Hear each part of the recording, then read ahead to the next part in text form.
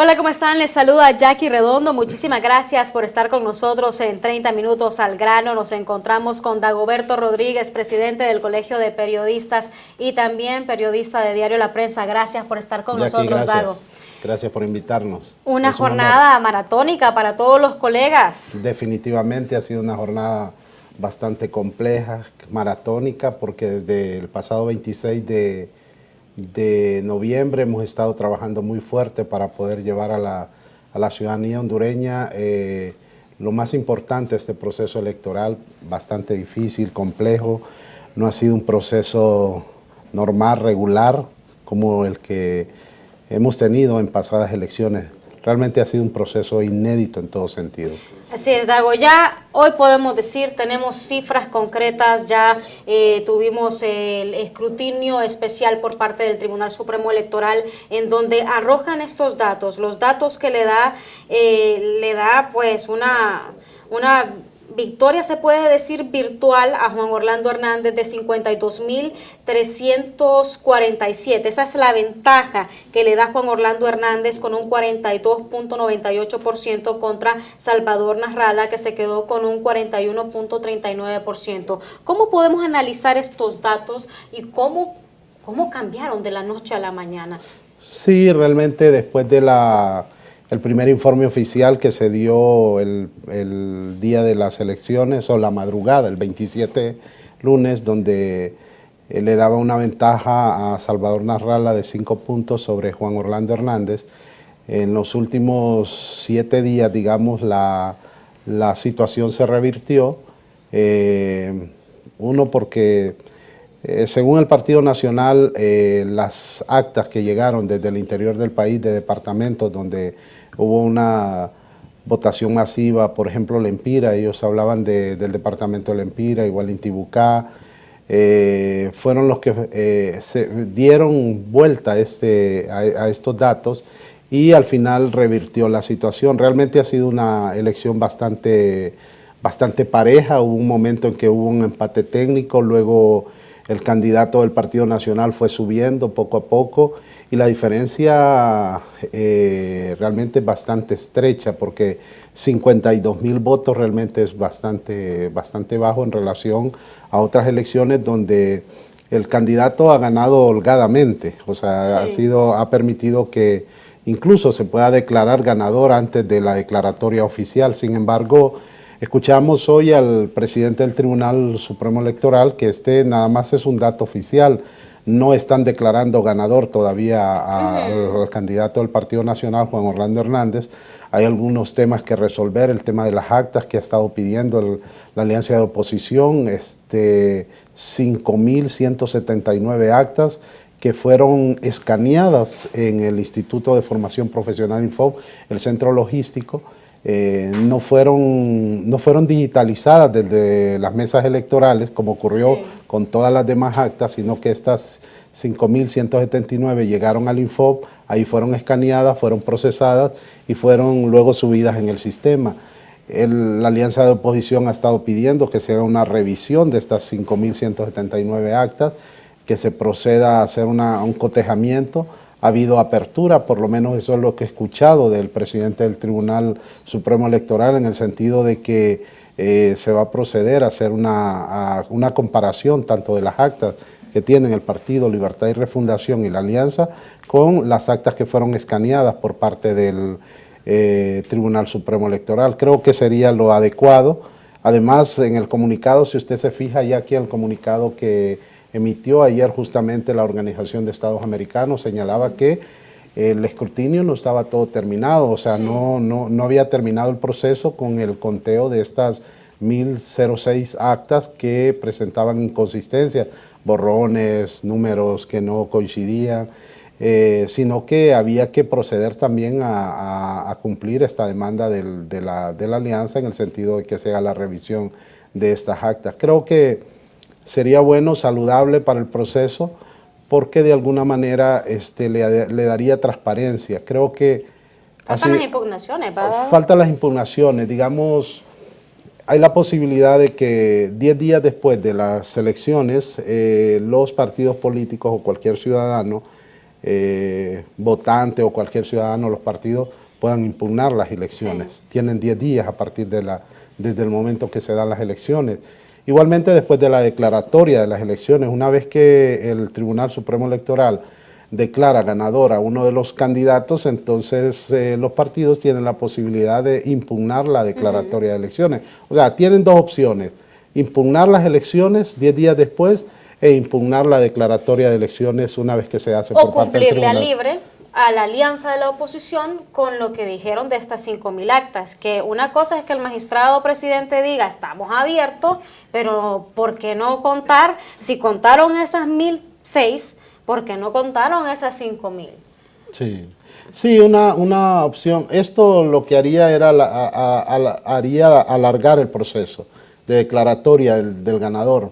Hasta ahora, los datos que ha ofrecido el Tribunal Supremo Electoral indican que Juan Orlando Hernández es el virtual ganador de las elecciones, sí, con más de 52.000 votos, el 42.98% de la elección, un margen bastante estrecho, apenas menos de un poquito más de 1%.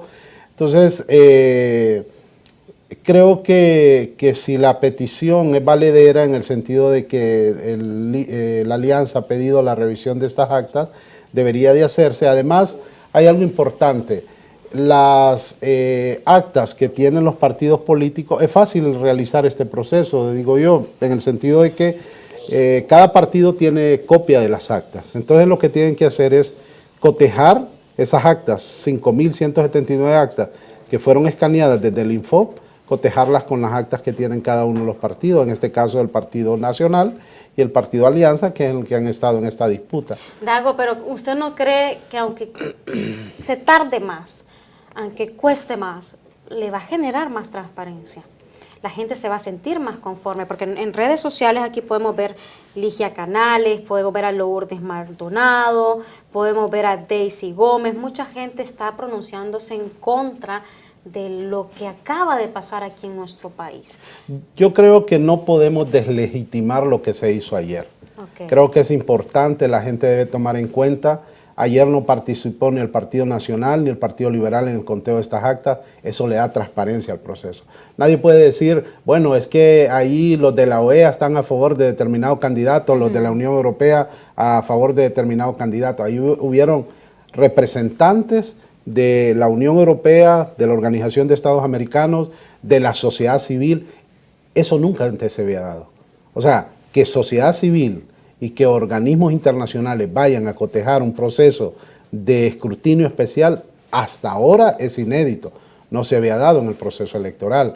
Creo que es importante y creo que la ciudadanía no debe deslegitimar eso. No debe tener dudas en el sentido... Pero eso, ¿cuánto del proceso global, de todo lo global, lo que contabilizaron ayer, cuánto significa?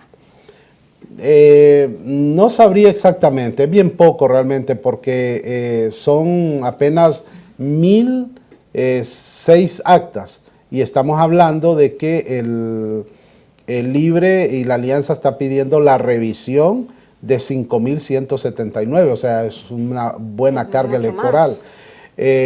Reitero, la Organización de Estados Americanos dijo claramente en su comunicado de ayer, esto no termina con el escrutinio especial, en el sentido de que no ha concluido el proceso porque el Libre está pidiendo que se proceda a la revisión de 5.179 actas. Entonces, prácticamente lo que está diciendo la Organización de Estados Americanos es que se proceda a hacer la revisión de esas 5.179 actas. ¿Cómo? Pues cotejando las actas que tiene el Partido Alianza de oposición con las actas que han sido escaneadas por el Tribunal Supremo Electoral. Y ahí está, es simple, es sencillo, porque las actas están escaneadas, están ahí, están en el sistema y se puede hacer. Debería hacerse, yo creo que es importante porque le daría más tranquilidad a la gente. Yo creo que la gente debe de esperar. Se ha hablado mucho de una guerra civil, ¿verdad? Que es terrible que se hable en Honduras de eso, de protestas, de nuevos saqueos. Yo creo que ya no es momento de eso, el país debe seguir adelante, no podemos paralizar el país necesita, o sea, hay muchos retos que enfrentar. el tema de la delincuencia, el tema de la inseguridad ciudadana, el tema de la pobreza, el tema del desempleo. O sea, hay muchas cosas que debemos enfrentar en este momento los hondureños y no es momento. Yo creo que si llega a darse una situación de esa naturaleza, que particularmente espero que no, no venga a afectar, o sea, nos afecte de tal manera que se paraliza el país, se paraliza la economía. Hoy hablamos de pérdidas multimillonarias. Bueno, la economía está prácticamente paralizada desde el jueves pasado. Sí. Muchos microempresarios, yo conversaba inclusive en mi casa, hay un microempresario que mi mamá, digamos, no ha podido vender nada por todo este problema. Claro.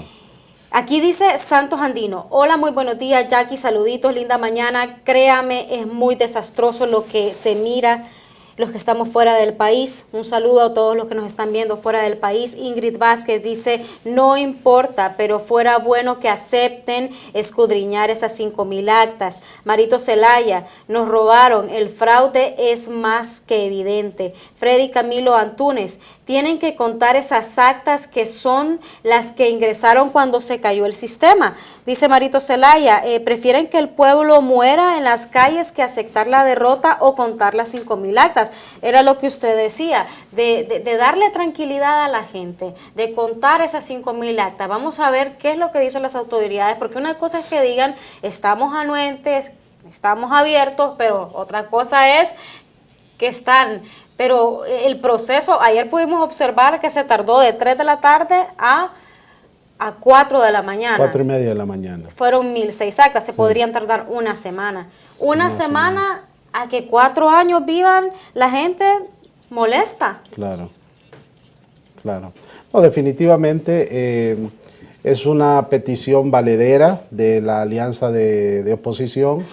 Creo que el Tribunal Nacional o el Tribunal Electoral, Supremo Electoral, deberá tomar en cuenta esa petición, una de las principales peticiones que está haciendo la alianza en este momento. Llevar a revisión esas actas. Creo que si se hace, eso le daría más tranquilidad a la sociedad hondureña, a la ciudadanía, y yo creo que debe haber madurez por parte de los candidatos, en el sentido de que después de concluido todo este proceso puedan aceptar, ¿verdad? Tanto el que pierde o el que gane, aceptar, ¿verdad? Y seguir adelante, porque el país no se para, el país no se detiene. Necesitamos, insisto, enfrentar retos grandes en este momento en el país. No podemos paralizar el país en esta situación, no podemos retroceder y volver al 2009, cuando fue que vivimos esta crisis política, una crisis que nos afectó, que retrocedió al país enormemente en todo sentido, en educación, en seguridad, en la economía. O sea, no podemos llegar a esa situación. Yo creo que debemos ser muy sensatos, muy racionales, pensar en el bienestar de Honduras. Yo creo que debemos dejar a un lado los intereses personales. Y además, Jackie, creo que esta elección nos deja grandes desafíos, en el sentido de que es momento también de revisar cómo funciona el Tribunal Supremo Electoral, democratizar el Tribunal Supremo Electoral. No es posible que el Tribunal Supremo Electoral solo tenga 3 magistrados que representan a 3 partidos políticos, cuando hoy las fuerzas en el país, si usted ve la elección, 10 partidos políticos. Sí. Libre y la alianza de oposición no tienen un representante dentro del Tribunal Supremo Electoral. Porque sabe que aquí hay 2 cosas interesantes. Había gente que decía despoliticen el Tribunal Supremo Electoral, y habían otros que decían dejen que la alianza esté dentro del Tribunal Supremo Electoral, que a mí se me hace injusto en esta ocasión que no dejaron que ellos estuvieran adentro. Sí, no permitieron. Es lo que planteaban ellos en las reformas electorales, en el sentido de que debía de permitírsele a la alianza un representante en el Tribunal Supremo Electoral y un representante en el Registro Nacional de las Personas. Es lógico, sí. Es la segunda fuerza política en el país. Ya hoy el Partido Liberal no es esa fuerza, segunda o primera fuerza política del pasado. Hoy es el Partido Libertad y Refundación, hoy es la alianza, la segunda fuerza política en el país. y parece ilógico, inconsistente, en el sentido de que el partido que es la segunda fuerza no tenga un representante dentro del máximo organismo electoral. Eso debe revisarse. Debe revisarse también el tema de la ciudadanización de las mesas electorales.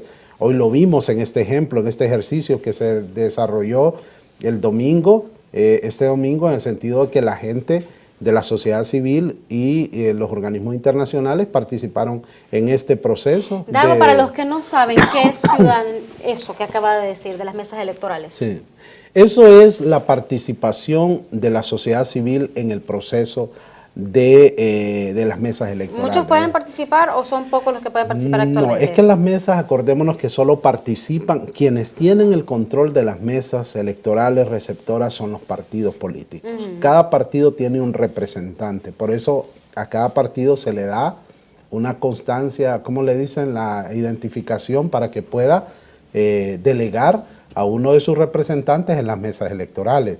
O sea, quienes tienen el control de las mesas son los partidos políticos, porque cada partido tiene un representante. En la mesa, ¿qué ocurre? Cuando se da la elección, se hace el escrutinio, se hace la suma, ¿verdad? Se llena una acta y firman cada uno de los representantes de los partidos políticos, o por lo menos la directiva que ellos eligen en ese momento, el presidente de la mesa, el secretario, ¿verdad? Que son los que están al frente de esa mesa. Entonces, ¿qué sucede? Hasta ahora no ha habido participación de la ciudadanía. O sea, la sociedad civil no tenemos participación dentro de las mesas. Tenemos participación únicamente como observadores nada más, que vamos, cotejamos, vemos cómo se está desarrollando el proceso, pero al final no tenemos participación en la mesa. Eso debe abrirse. Eso le da mayor transparencia, mayores garantías al proceso electoral. Eso debe retomarse. Yo creo que los partidos deben de abrirse, de dialogar. Y otro tema también que yo creo que es importantísimo es el tema de la segunda vuelta electoral, el balotaje que se le denomina. Mire, 50.000 votos uno de otro. 50.000, o sea, la diferencia es tan poca. ¿Quiénes fueron los que no quisieron esta vez? Y mire la diferencia, 42%, o sea, ni siquiera la mitad de los que fueron a votar en estas elecciones. En estas elecciones votaron 3.4 millones de hondureños, que representa el 58% del padrón electoral, o sea, del padrón electoral definitivo. O sea, ¿cuál es la diferencia? 42% de gente que no fue a votar. Entonces, hubo bastante abstencionismo. Hubo bastante abstencionismo, o sea, aunque y votos nulos y blancos también. Bastante. En elecciones anteriores. Sí, bastante. Creo que esos son temas que deben de retomarse, que es importante en una nueva elección. Esas son enseñanzas que nos deja este proceso electoral. Debemos avanzar en esos temas, el tema de la segunda vuelta, el balotaje. Creo que como hay mucho interés en los partidos de no ir a esa posibilidad, como sucede en otros países como Chile. En este momento Chile va a una segunda vuelta, o sea, va a una nueva elección, después de que el candidato de la derecha, Piñera, no alcanzara la mayoría durante las elecciones. Entonces, ¿qué permite eso? Hacer alianzas con otros partidos políticos, con otras fuerzas, y eso es bueno a la democracia. ¿Por qué? Porque permite la participación, un gobierno de integración nacional. De hecho, la Constitución de la República manda que cada elección debe haber un gobierno de integración nacional. ¿Qué implica eso? Pero aquí no se hace, ¿verdad? No se hace. Quien gobierna es el partido que gana las elecciones. Ellos son los que gobiernan, nombran a los funcionarios en las diferentes instituciones públicas. Ellos son los que deciden en el Congreso Nacional, la Corte Suprema. Es decir, el partido que gana es el que nombra a los principales representantes de las instituciones públicas. Dago, aquí tenemos más preguntas. Dice Adrián Castillo, fue muy evidente el fraude, el pueblo hondureño no es ignorante. Ahora en nuestras caras lo hicieron. Ayer esos votos bien planchados los estuvieron sacando en completa nitidez. Pregunta es, bueno, como no sospechar, dice él. Y aquí dice Orlin Contreras, por favor, tengo 18 años, tengo mucho miedo de lo que puede pasar mi país, que cuenten las actas, que cuenten, no sean babosos pícaros. Bueno, nos decía también Lester Ramírez, que ellos también como sociedad civil estaban proponiendo hacer el conteo también de las actas, que eso le podía dar transparencia al proceso electoral, porque ya el proceso está viciado según algunos miembros de la sociedad civil. ¿Usted qué opina ante eso? No, yo creo que no se debe deslegitimar, insisto, no se debe deslegitimar el proceso. ¿Por qué? Porque son los partidos los que tienen el control del proceso electoral. O sea, son los partidos los que tienen representantes en la mesa. ¿Y la comunidad internacional? ¿Qué es lo que hace el tribunal? Simplemente servir como árbitro. Pero al final, el conteo de los votos lo hacen los partidos. El acta la hacen los representantes de los partidos. Entonces, a quienes le metieron los goles fueron a los mismos partidos, entonces dice usted. Yo creo que debe de tomarse en cuenta el hecho de contar las actas, sí es importante, le da mayor transparencia al proceso, permite que el candidato que quede ganador, pues no gane con ese margen de duda que hasta ahora ha surgido, porque de alguna manera se ha querido deslegitimar la elección como tal, hablando de fraude. Eso debe de investigarse, yo creo que están las instancias pertinentes para poder hacer eso. Y yo insisto, debe darse la oportunidad de revisarse esas 5.179 actas. El presidente del tribunal ha dejado la posibilidad abierta, creo que es saludable, creo que es importante, creo que la comunidad internacional lo ve bien, la Organización de Estados Americanos lo ve bien. Me imagino que hoy en el pronunciamiento que haga la Unión Europea se va a referir a ese tema. Sin embargo, las dudas de si fueron votos planchados, como dice la gente que posiblemente metieron en las actas, pues insisto, el tema es que los partidos son los que manejan eso. Porque son y esa ellos urna, de la mesa, ¿verdad? Ellos prácticamente controlan la mesa. Entonces, la mesa, los votos que están ahí son los votos que están registrados en el acta. Entonces, me parece bastante difícil que pueda darse un cambio, que puedan manipular cuando son los partidos los que firman, los representantes los que firman, los que envían el acta. Entonces, claro, aquí siempre en el país esa cultura de la duda, esa cultura de la sospecha siempre ha existido, siempre va a existir por lo que se ha dado en el pasado. El mismo presidente, el presidente Manuel Zelaya Rosales, cuando era presidente, él dijo que prácticamente las elecciones se ganaban con fraude, con más del 20%, dijo él. O sea, entonces, ¿qué dije? Es una aceptación casi tácita de que en las elecciones siempre existe esa duda, existe ese margen de duda y de que pueda darse fraude también. ¿Cómo despejar esa duda en estas elecciones en particular cuando viene el Tribunal Supremo Electoral? Usualmente sale a eso de las 8 o 9 de la noche a cotejar, dar los primeros datos, y en esta ocasión sale hasta la 1:30 de la madrugada. Entonces viene la gente y dice: óiganme, ¿qué pasó aquí? Desde el principio la gente se siente diferente porque viene el Tribunal Supremo Electoral y hace algo diferente. Algo diferente a lo que ha hecho en elecciones anteriores.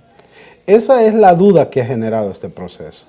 Porque antes, de hecho, el Tribunal Supremo Electoral falló.